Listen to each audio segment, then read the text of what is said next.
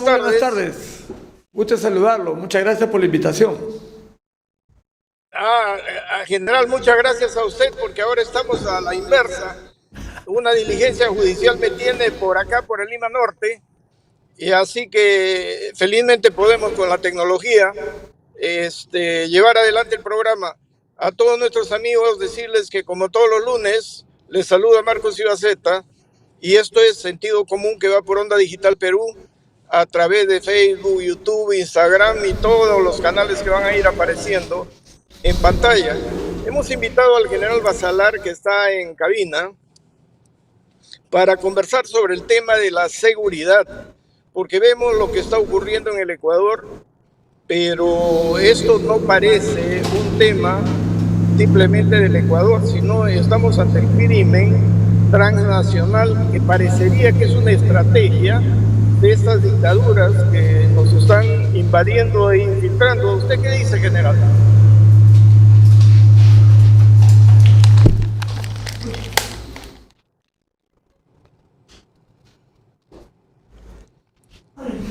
¿Cuál es su parecer? ¿Cuál es su parecer sobre esta ola criminal transnacional que nos está destruyendo como estados? Yo considero que en esta situación no es una situación aislada. Indiscutiblemente va a traer serias consecuencias, particularmente al Perú. Lo que está sucediendo en Ecuador es ya algo que se ha estado, digamos, cocinando de muy atrás. Y posiblemente haya estado sucediendo en escalas menores, pero ha llegado el momento donde ellos han querido pasar a esa ofensiva. Y esto es algo que se ha contagiado y prácticamente en todos los países sudamericanos se está dando de una u otra manera.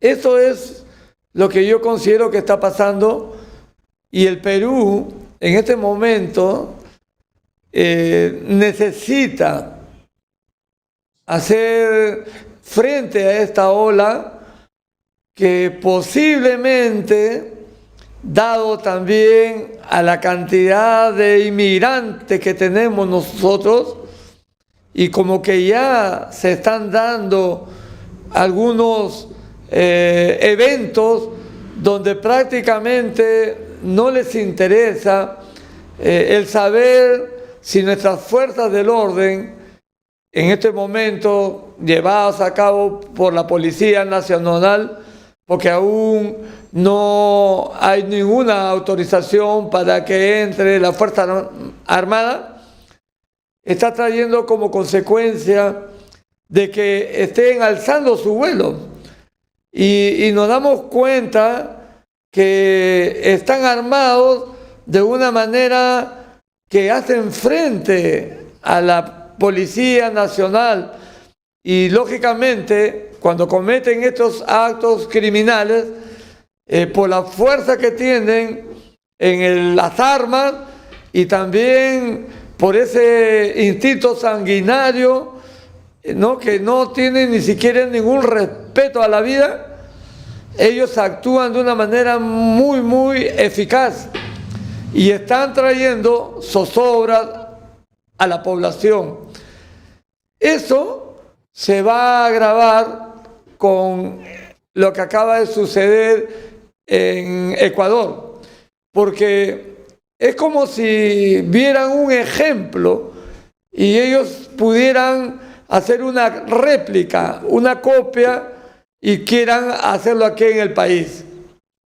Si bien es cierto, escuché en estos días anteriores que entrevistaron a un alto mando de la policía y mencionaba que ellos tenían un control y que en realidad estaban haciéndole frente a todo esto. Bueno, la gran pregunta es, si eso está sucediendo así, ¿por qué es que las calles cada día están más inseguras y vemos una serie de bandas que hacen lo que se les da la gana, asaltan, extorsionan, secuestran, matan, roban, y sin embargo no se le ve, digamos, una acción como la que mencionó el alto mando de la policía. Considero que en este momento es crucial que el Estado, a través del gobierno de la señora presidenta, tiene que poner las cartas en el asunto para poder frenar esta situación y no tener consecuencias mayores. Pero general, no hay nada que ocurra en lo social si no tiene un origen político, por acción o por omisión. Recuerde usted que políticamente casi hemos aceptado la violencia destructiva, dándole el disfraz de protesta, amagados por una justicia supranacional que más defiende los derechos fundamentales de los delincuentes y de los violentistas que los de todos los peruanos que estamos representados en el Estado.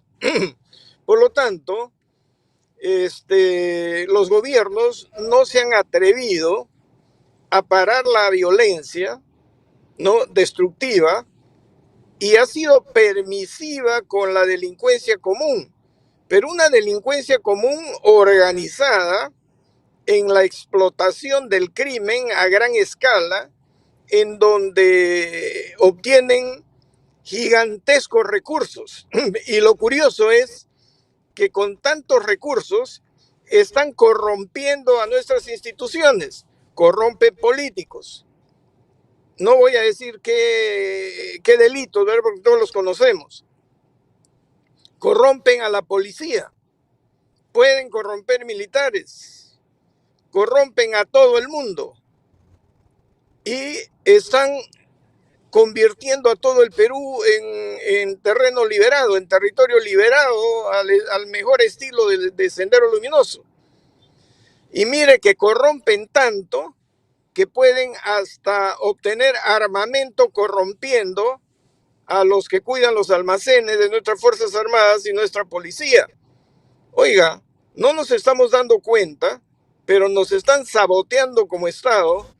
¿Desde dónde? Desde donde se han implantado las dictaduras, que nos han enviado mucho delincuente, pero de estos sumamente organizados. No sabemos cuántos maras, cuántos tren de Aragua, no conocemos y no los vemos actuar acá.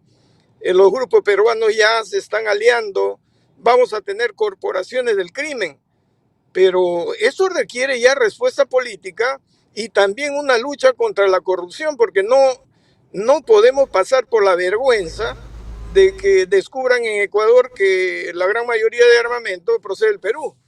¿Qué dice usted? Yo considero que usted tiene toda la razón. Definitivamente esto no es solamente esto social. Tiene un trasfondo político y un trasfondo económico de beneficio personal. Porque la cantidad de dinero que ellos están manejando, producto de los actos criminales que están cometiendo, eso le da un gran poder. Como usted muy bien lo ha dicho y lo ha, creo que de una manera puntual, su capacidad económica está haciendo que se han corrompido las instituciones del Estado. Pero eso no es una novedad, porque desde antes este tipo de corrupción se está dando. O sea, no solamente es en el aspecto de la criminología, también es el aspecto político, en la corrupción que han cometido una serie de funcionarios y sin embargo siguen libres o están alargando sus procesos, y en otros casos que son sentenciados a 2 años, 2 años, 6 meses y todavía con prisión que que no es efectiva. Sin embargo, vemos que a un inquilino cualquiera, por una falta mucho menor, lo meten a la cárcel por 4 o 5 años. Entonces, la corrupción lamentablemente está enquistada en muchas instituciones. Y tiene usted toda la razón cuando menciona que está corrompiendo a efectivos de la policía, posiblemente también a miembros de la Fuerza Armada, posiblemente a miembros del Poder Judicial, del Fuero Común, de la Fiscalía. ¿Quién sabe a quiénes pueden estar ellos corrompiendo con los pagos que hagan? Y nos damos cuenta porque a través de los años han ido saliendo una serie de eventos donde personas que estaban al frente de instituciones que se encargaban de controlar y administrar justicia están ahora siendo procesadas o están prófugos. Entonces es una gran verdad. Pero el detalle es, ¿qué hacemos? Porque sí sabemos lo que hay. ¿Qué hacemos? Ese es el detalle. Y yo creo que nuestra presidenta tiene que poner cartas en el asunto de una manera inmediata. Si no, vamos a tener grandes consecuencias, peores de las que ya estamos nosotros en el país, porque ya nosotros estamos en eso. Hoy en día, la mayoría de los negocios, de las empresas, están siendo extorsionadas de una u otra manera. Es una gran cantidad de dinero. Y ese dinero que no lo pueden usar, lo están lavando. Porque nos damos cuenta que están surgiendo una serie de negocios que son administrados por ellos, bajo préstamo. Y ese dinero nadie lo controla. En realidad es toda una organización criminal que de repente no están asociadas, pero que sí se ayudan mutuamente en el sentido de los actos que cometen. Vuelvo a repetir yo, ¿qué hacemos? Yo creo que la presidenta ya mismo tiene que convocar a una reunión del Consejo de Seguridad del Estado y poner al frente a una persona que lidere todo eso, que tenga capacidad, que tenga buenos asesores y que en el breve tiempo puedan dar una acción inmediata que esté de acuerdo a un mediano y a un corto plazo, por el momento. Porque en realidad se nos está yendo de la mano. Se nos está yendo de la mano. Si nosotros no ponemos mano firme, vamos a acabar igual o quizás peor que el Ecuador en ese acto que han cometido. Pero no dejemos de lado todo lo que ya está sucediendo en el Perú.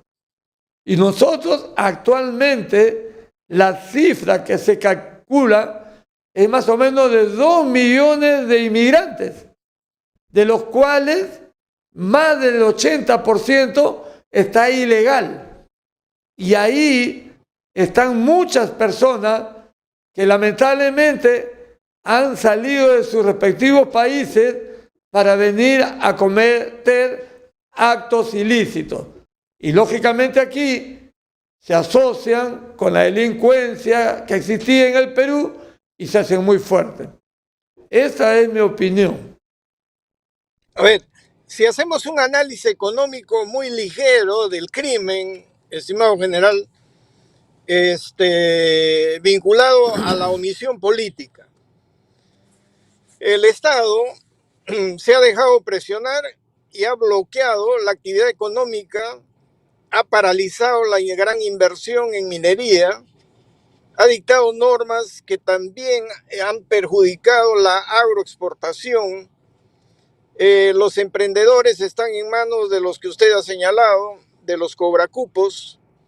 el narcotráfico se pasea a diestra y siniestra y creo que gobierna el país, ¿ya?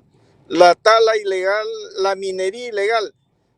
Entonces, nosotros estamos con que en macroeconomía, microeconomía, dentro del país, estamos paralizados y el ministro de Economía dice, estamos en recesión, pero no nos dice cómo vamos a salir.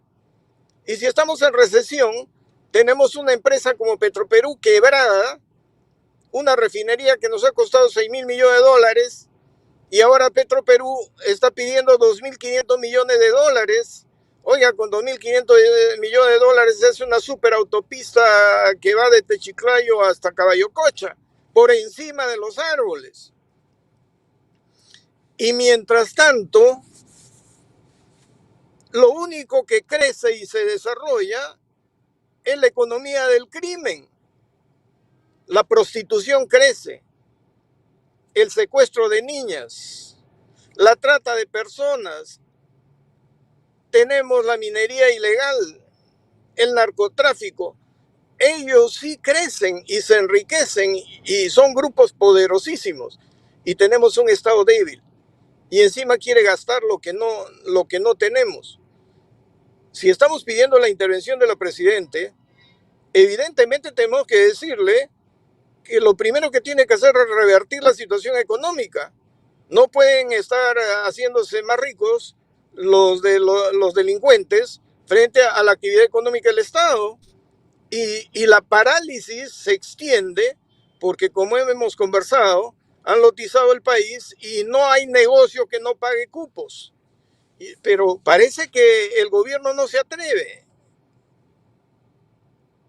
Hay una situación como si fuese de un stand-by en el Estado, como si el Estado no le interesara lo que está sucediendo.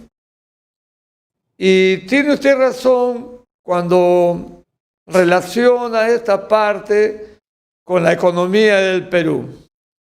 Lo que sucede, mi estimado doctor, es que ese viejo dicho de que somos un mendigo sentado en un banco de oro es una total realidad.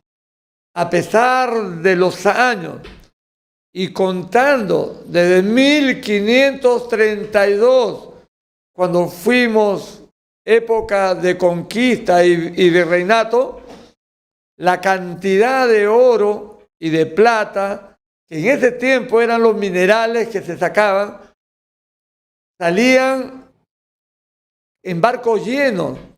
Por eso fue que en la historia hubo guerra civil, inclusive entre ellos, entre los españoles, porque querían quedarse con el dinero y cada uno quería lo suyo. Y sucedió muchas veces, hasta el último día antes de irse. Y después, más adelante, ¿qué cosa vino? Vino los adelantes tecnológicos y el Perú hasta hoy, un país cero industria, porque no estamos en el nivel de industrialización, no tenemos la capacidad para explotar y poder aprovechar los minerales que tenemos como lo hacen otros países. Y creemos que solamente con la extracción de la materia prima podemos sustentarnos. Y nos va a durar. Y sí nos va a durar. Hay años, siglos, que pueden llegar así. Pero si usted se pone a pensar, han pasado 200 años desde que pasó eso. Y seguimos tan igual. Ya no explotados de esa manera por los extranjeros, pero sí explotados por algunos de ellos en esas privatizaciones que hubieron, en esas compras de terrenos para la minería y también por muchos peruanos. Por eso yo estuve hace poco en Puerto Maldonado y da pena ver cómo está la situación del medio ambiente, de lo que es sistema. por la minería ilegal. Y no solamente por la ilegal, por la informal también. Porque si bien es cierto, no son ilegales, pero la informalidad hoy en día también está tomando un peso. Porque a río revuelto, ganancia de pescadores. Yo combato la minería ilegal, pero los informales los dejo. Y ellos están haciendo. Y me decía allá, con causa y con efecto, que muchas veces la cantidad de oro que se pueda sacar ahí en Puerto Maldonado, en todo el departamento de Madre de Dios, es mayor que el oro que se saca de una manera formal, sin contar lo ilegal. Entonces, ¿quiénes están detrás de ello? Comienza a mirar. Yo, cuando he sido mayor, he ido a combatir la minería ilegal ahí, en el año 94, 95. Y me da con la sorpresa que los grandes dueños eran grandes personas que hasta hoy siguen sentadas en buenos escritorios, en bancos, en el Congreso. Esa es una realidad. Y si ese hombre se hizo viejo y llegó a su ciclo de vida, le quedan los hijos, los nietos, los yernos, y siguen, y siguen. Eso es lo que tenemos que frenar para que nuestra economía pueda salir. Y tiene usted razón cuando habla de que el ministro de Economía habla de una recesión y sin embargo no toma en consideración los ratios que debe tomar para poder medir la macro y la microeconomía. Yo creo que ahí hay un desfase. El Perú no está en condiciones de estar gastando dinero en cosas distraídas que no fueran propias a lo que pueda levantar lo que hoy en este momento es la extrema pobreza, porque ha crecido ese sector. Es triste de que estemos sentados acá en uno de los distritos de mayor auge del Perú, que es Miraflores, pero si usted camina simplemente 20 minutos a Chorrillos, en las partes de los pueblos jóvenes y que se enlaza con Villa Salvador y San Juan de Miraflores, ve una extrema necesidad increíble. Lugares donde están precariamente, y el Perú no es para que esté así. La vez pasada pude ver el informe que emitió el Contralor General de la República. Y Nelson Chávez, el doctor Nelson Chávez, fue claro y enfático que solamente en ese año y meses del gobierno que salió por los motivos que ya sabemos, lo menciona, que quizás él no solamente es el que se le ha llevado ese dinero, pero en el conjunto era una cantidad exuberante que con el dinero que se había llevado la corrupción, que se habían robado, podríamos construir una carretera de primer orden, desde Tacna hasta Tumbes, inclusive haciendo un doble de un ferrocarril, de un tren. Imagínense. Sin embargo, ¿cómo estamos? ¿Cómo estamos? Estamos muy mal, general, pero usted acaba de mencionar algo. El antecedente Madre de Dios. Si usted era mayor y se iba a combatir en 1994 y viendo cómo está Madre de Dios y ya están comenzando por Contamana también a depredar, significa que ya estamos derrotados como estados por la ilegalidad que va a depredar nuestra selva. Estamos derrotados. Y fíjese lo que está pasando en Patás, que siempre ha sido históricamente un gran centro de explotación aurífera. Ahora los delincuentes van, toman por asalto la mina formal, matan a sus trabajadores, los hacen volar en los socavones y cuando la policía va y detiene a alguien, atacan a la policía, rescatan a los detenidos y es tierra de nadie. ¿Y el gobernador ahí quién es? El líder de un partido político que tiene una gran representación y no dice esta boca es mía respecto a ese tema, porque si están controlando Patas y la actividad minera, ¿qué cantidad de lavado de activos y corrupción hay en este momento? Y el Estado no puede destrabar, por ejemplo, las bambas. Ya le están generando otro factor de conflicto a las bambas. No puede destrabar la ampliación de Toromocho. No puede destrabar Quellaveco, no, y Cerro Verde. Tía María. No puede destrabar nada cuando necesitamos, por ejemplo, dijo un economista, necesitamos al menos que destraben 10,000 millones de dólares de inversión para crecer un 5% anual. Pero no lo destraban. Y al no destrabar y seguir queriendo rescatar empresas quebradas, no hay puestos de trabajo, lo que cada día disminuyen los puestos de trabajo y por lo tanto la extrema pobreza se incrementa. Entonces, el que estemos en manos de los delincuentes es una consecuencia también de omisiones políticas. Es preciso lo que dice, es totalmente preciso. Hace 12 años, 13 años, el gobierno de Humala convocó a un consejo de seguridad. Previo a eso, de unas tareas, yo pensé que de repente ahí iba a empezar a revertirse toda esta situación. Pero fue muy lamentable porque asistí a ese consejo. En ese tiempo yo era el comandante general del Comando de Operaciones Terrestres del Ejército y me comisionaron para estar ahí porque me competía y me pude dar cuenta que lamentablemente, todo ese consejo solamente fue hacer cosas teóricas, a leer conceptos, a leer normas pasadas. En realidad se colgó ese plan nacional que no funcionó en lo absoluto.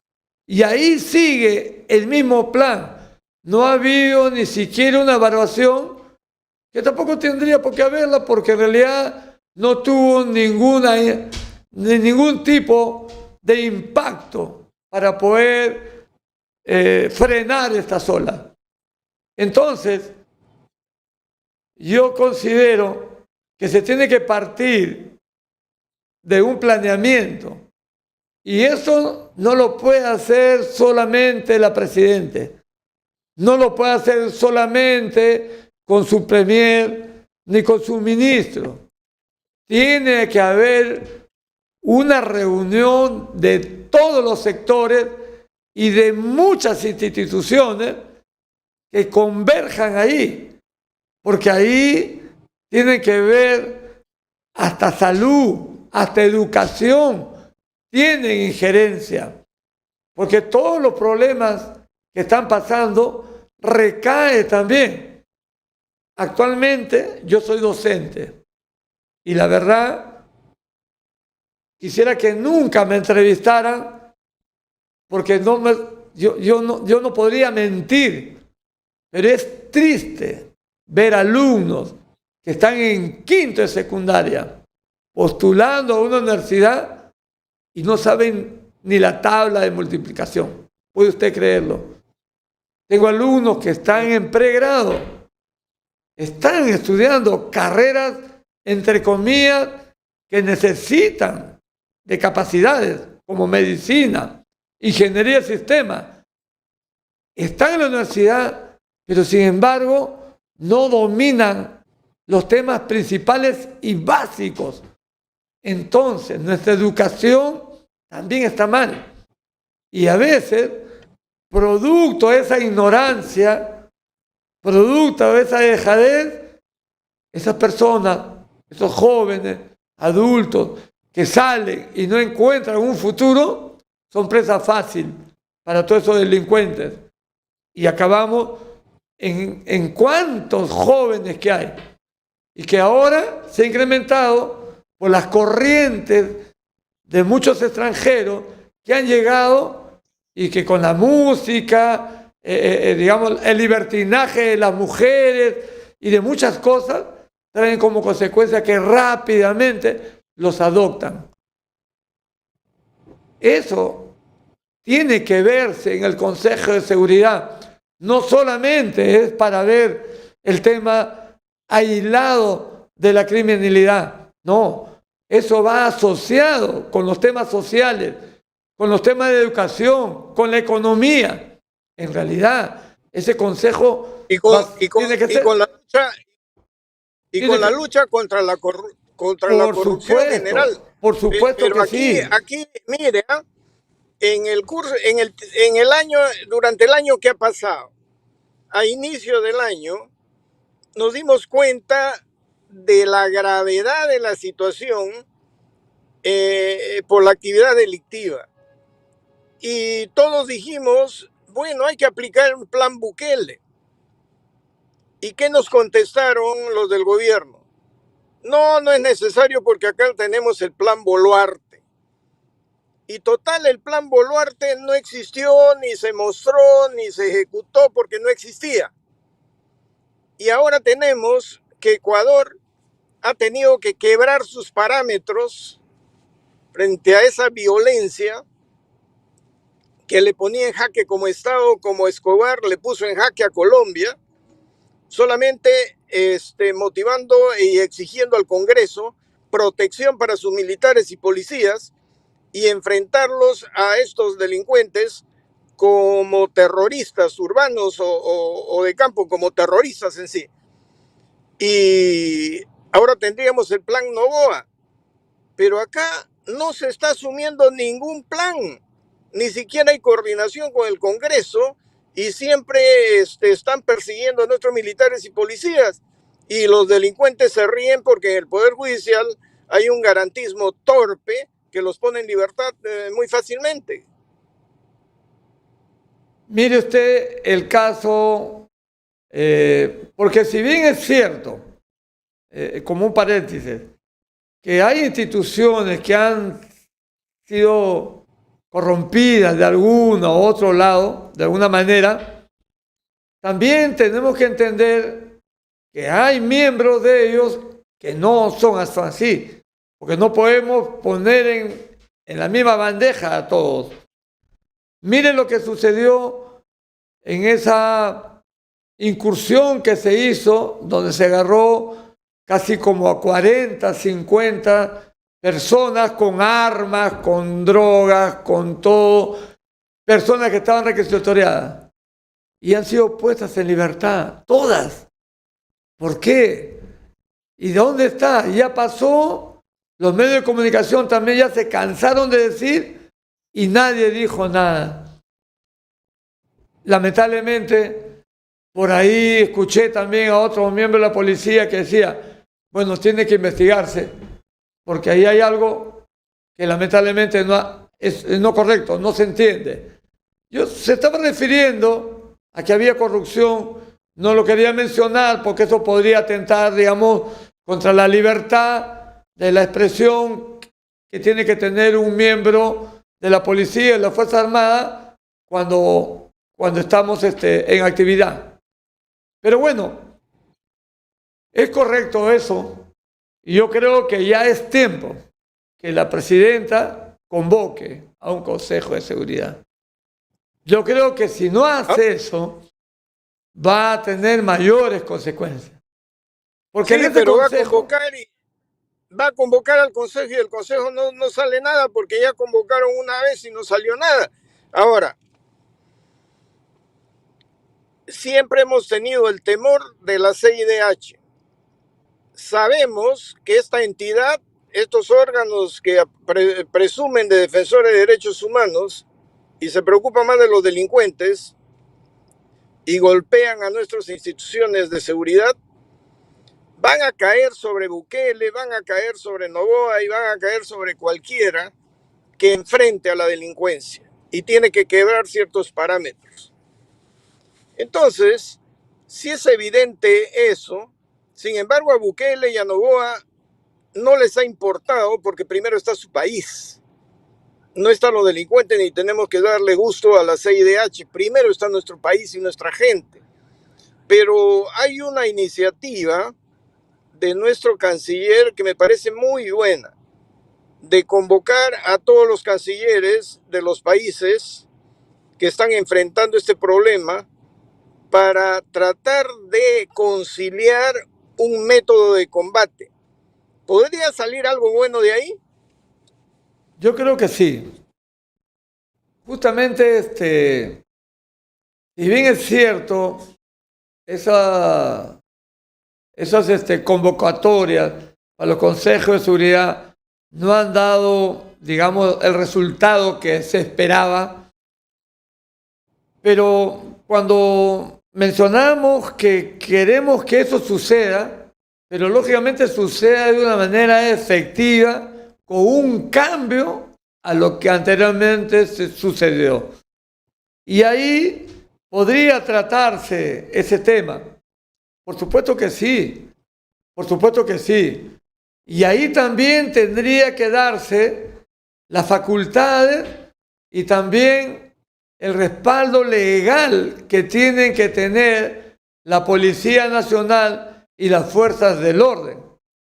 Inclusive debería abordarse a esa fuerza auxiliar que salió así en el Perú de la nada, los famosos serenazgos, inclusive a esas personas que cumplen una función de seguridad en las diferentes calles de Lima.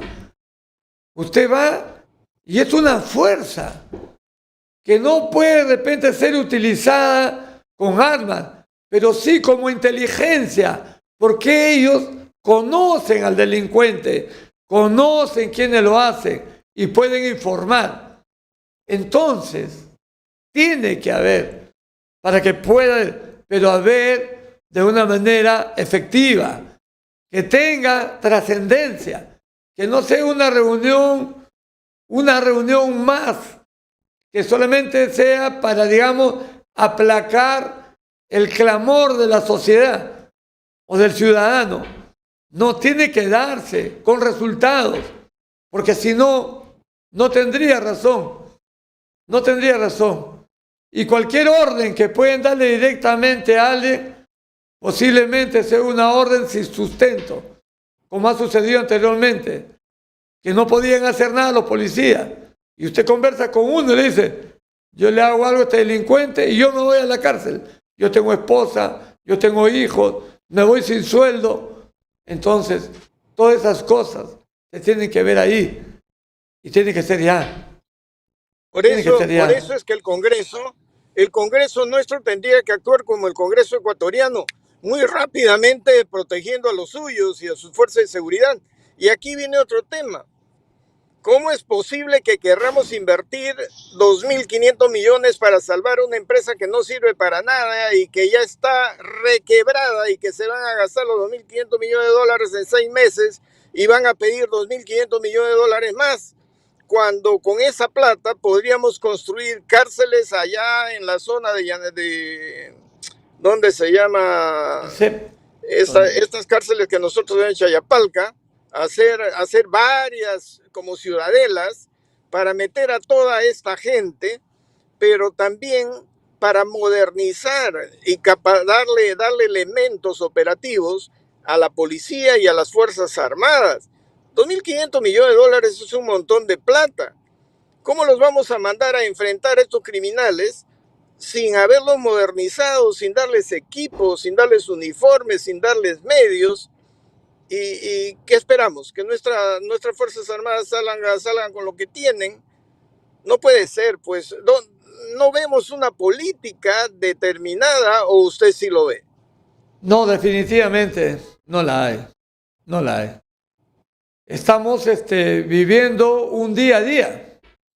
Nosotros no estamos viendo digamos, siguiendo digamos, una línea que se haya trazado y que tengamos cumplir esos objetivos. Estamos viendo el día a día. Estamos viviendo que hoy me voy para acá a inaugurar un puente que lo hizo el gobierno, estoy inaugurando escaleras, cosas que no tienen mayor relevancia. Y yo estoy completamente de acuerdo que es preferible mejor que estemos exportando petróleo para poder satisfacer nuestras necesidades y no querer reflotar una empresa que, como usted lo dice, no es la primera vez que ha pedido dinero, muchas veces lo ha pedido y cada vez que se olvidan vuelven a pedir. Y con ese dinero se podría hacer muchas cosas más. Y tiene razón, hacer una serie de cárceles que tengan mayores capacidades, que tengan seguridad extrema, que no les permitan usar celulares ni ningún tipo, que las visitas sean totalmente restringidas, que sean individuales, y usted va a ver que baja el caudal de la delincuencia. Y lo otro, que con esto yo quiero culminar, es que también estamos llenos de delincuentes extranjeros y los estamos agarrando y soltando, agarrando y soltando. No sé por qué Migraciones o por qué el Estado no los pone en las puertas de sus países. No sé qué, la verdad no entiendo por qué. Quizás digamos, los parámetros digamos, de la diplomacia no lo permiten, no lo creo. Porque muchas veces otros países sí lo hacen. Entonces es el momento. Desde que alguien es agarrado ilegalmente, lo que viene a hacer es deportarlo. Y si usted hace una redada los días viernes, sábado, en todas esas discotecas que hay por los conos norte, sur, central, por la playa, por Dios, va a tener que tener una flota más grande de la que tienen todas las empresas para poder llevárselos. Pero no, pues, pero general, no es eso. General, los chilenos hicieron eso, llenaron un avión y deportaron y los enviaron a Venezuela. Y Maduro no lo quiso recibir. Hubo todo un lío diplomático, pero si los recibió, seguramente que los volvió a soltar, porque los delincuentes más feroces se han vuelto en adecuados instrumentos de desestabilización política e institucional. A eso me refiero. ¿Qué estamos haciendo? Lógicamente que eso tiene que ir de la mano con normas y con un más estricto control de la migración. Pero si vamos a tener esas fronteras abiertas, como lo hizo en su tiempo el señor Vizcarra, que dejó entrar y no le interesó lo que estaba entrando, sabiendo que decían que Maduro había soltado a gente de las cárceles, hemos debido poner mano dura. Y no entran. Es mi casa, no tiene por qué entrar. Sí, pero hasta ahora la frontera con Ecuador no tiene puesto de vigilancia de Perú, pues, o sea, se entran por cualquier lado. Tiene que controlarse todas las fronteras. Tienen que controlarse. Tenemos fuerza. Tenemos al ejército, a la marina, la aviación, la policía. Tiene que emplear. Se tiene que emplear esa fuerza. Tiene que darse condiciones legales. El Congreso tiene que trabajar. Pero se ha dado cuenta, general, para terminar, porque se nos va la hora, que en nuestra conversación siempre estamos diciendo debe hacerse, tiene que hacerse, tiene que convocarse, tiene que invertirse, tiene. Pero lo que vemos es que no lo hacen. Definitivamente. Y esto es desesperante, ¿no? Es desesperante. Es muy desesperante. Bueno, muchas gracias, general, por esta atípica entrevista. Gracias a usted. Pero como siempre, muy grato conversar con usted y a ver si una pronta oportunidad nos encontramos ahí. Y con ustedes, amigos, si Dios quiere, hasta el próximo lunes. Con todo gusto. Buenas noches. Muchas gracias.